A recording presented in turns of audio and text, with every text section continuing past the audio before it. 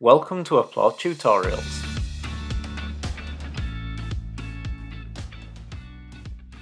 In this tutorial, we explore the go-to workflow action.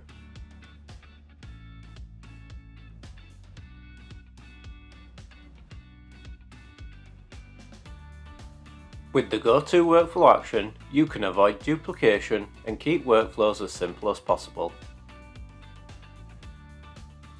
Using this action, you can direct your workflow to an action belonging to a more appropriate branch, depending on your situation.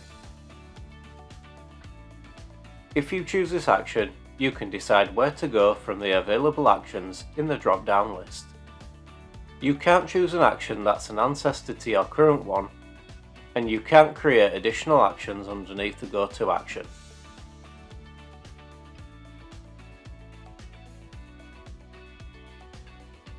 In the Add a Go-To Workflow Action tutorial, we take you through a working example of the action and how to configure one yourself.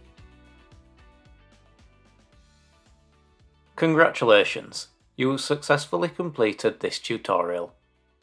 Learn more at Applaud Academy or check out our knowledge base at support.applaudsolutions.com.